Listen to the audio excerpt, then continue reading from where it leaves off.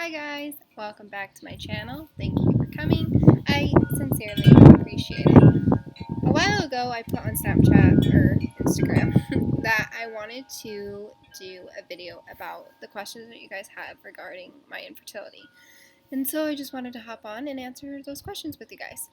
I have a few questions on what is the cause of my infertility, what's the reasoning behind my infertility, what is my diagnosis, so I thought that I would start with that first.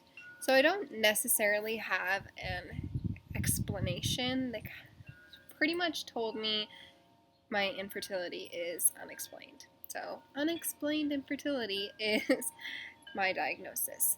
When I was born, I had a stroke, which caused the paralysis in the left side of my face, and from that stroke and some other medical issues, you could say, from when I was born, has now affected me in my adult life. I recently found out of these diagnoses or these medical issues in February. Before then, I had no idea. When I was born with one kidney, and I had some heart conditions which they believe correlated with my stroke, and why I had a stroke was because I had holes in my heart. I am missing a part of my heart called the inferior vena cava, which circulates the blood from the lower part of your body to your heart. So we're not really sure on how my blood circulates through my body, other than it does, and it works perfectly fine. I had lots of heart checks and tests, and my heart is just fine. So when I was born with the one kidney, it actually affected my uterus, and they grow together, so they say that they're joined or correlated somehow. Obviously, they're not close in proximity, but they just grow together in the uterus.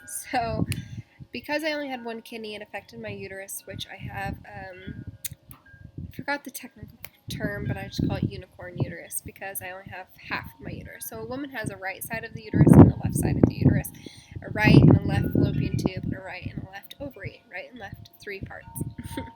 And I was born with only the right side.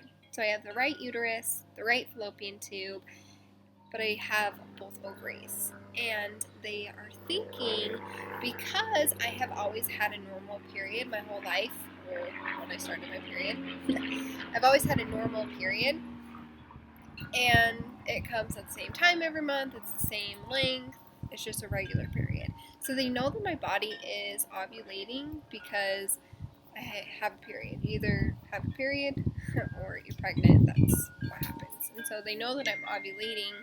And so I was on a while ago when I decided that I needed to figure something out and to take the next step.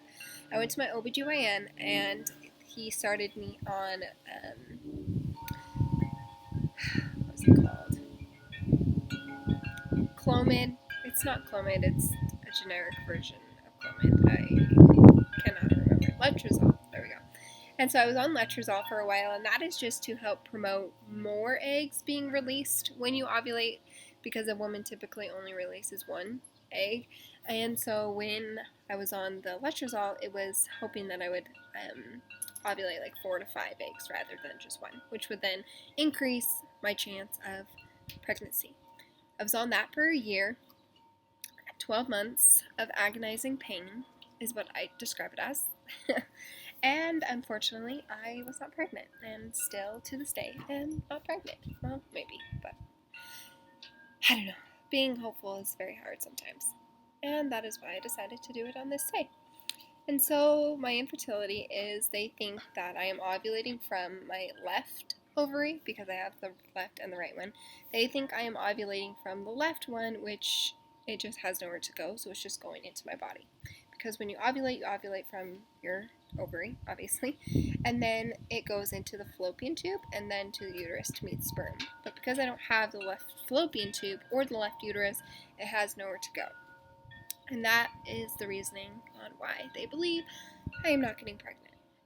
So we started IVF, we did the whole round, whole bunch of moolah, lots of injections, heartache, stress, emotions, but it was all worth it to me. I knew that this was what I needed to do, this was my only option after becoming a mother, and so we decided to take the plunge and we did it. And unfortunately, it didn't work out. Some women, it just doesn't work. What I believed was the reasoning is that my body knew exactly what to do. It produces the chemicals it needs to naturally. I have a natural cycle. So what I thought it was for the longest time was it was just too much for my body. My body was kind of angry that I was injecting it and taking control and hijacking it. And so we then, straight after the failed IVF fresh transfer, we decided to do a frozen transfer, and there's two different options that you can do. You can do an injection cycle where you use the injections, you hijack your body, tell it when to ovulate, when not to ovulate, and so on. Pretty much just like the first one, but it's frozen instead of fresh. Or you can do a natural cycle, which allows your body to do everything naturally, which is what I chose to do. So I had my period, I started the progesterone, I took the ovulation test to see when I was ovulating, and we did the frozen transfer. Everything went great, and I was super hopeful until this morning, Monday. I have started to get cramps. I got cramps last time with the fresh transfer about a week before I did the pregnancy test. So, trying to remain hopeful, but it's just hard.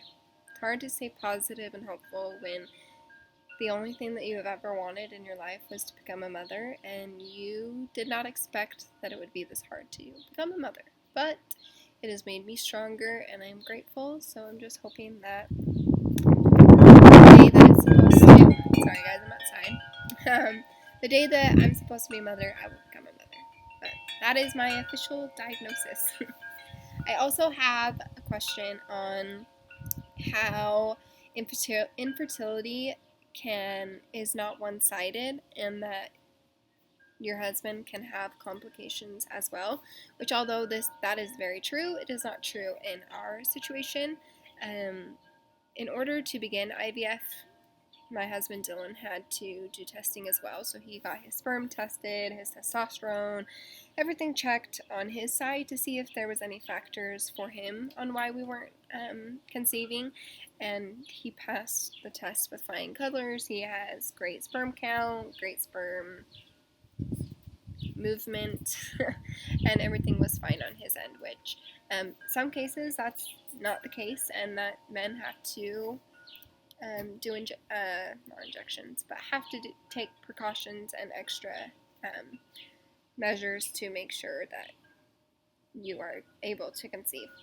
That was just not one of our steps that we had to do. And so all of you who had to do that, I commend you. It is hard with one spouse, but having both of them, I don't know how that would work, but IVF and science is amazing. So I know that one way or another, we will all become parents. And I also got a question on how what my husband's sacrifices and efforts have been regarding IVF. My husband has been very supportive of me and trying to make sure that I'm okay, emotionally, physically. It's very hard on me because, on any woman, I'm guessing, I just knew from I was like 12 that I wanted to become a mom, and I just knew that it was my purpose in life. And so having something that you want so badly not able to happen has been really hard, and it's made me depressed. Before we even started IVF and we were just trying naturally, I would be super depressed whenever my period came. I'd be emotional. I wouldn't want to talk to anybody. I wouldn't want to come out of my bedroom. I was just super depressed when my period came, and so my husband really tried to just get me out of the house and to do things so I wasn't sad and upset.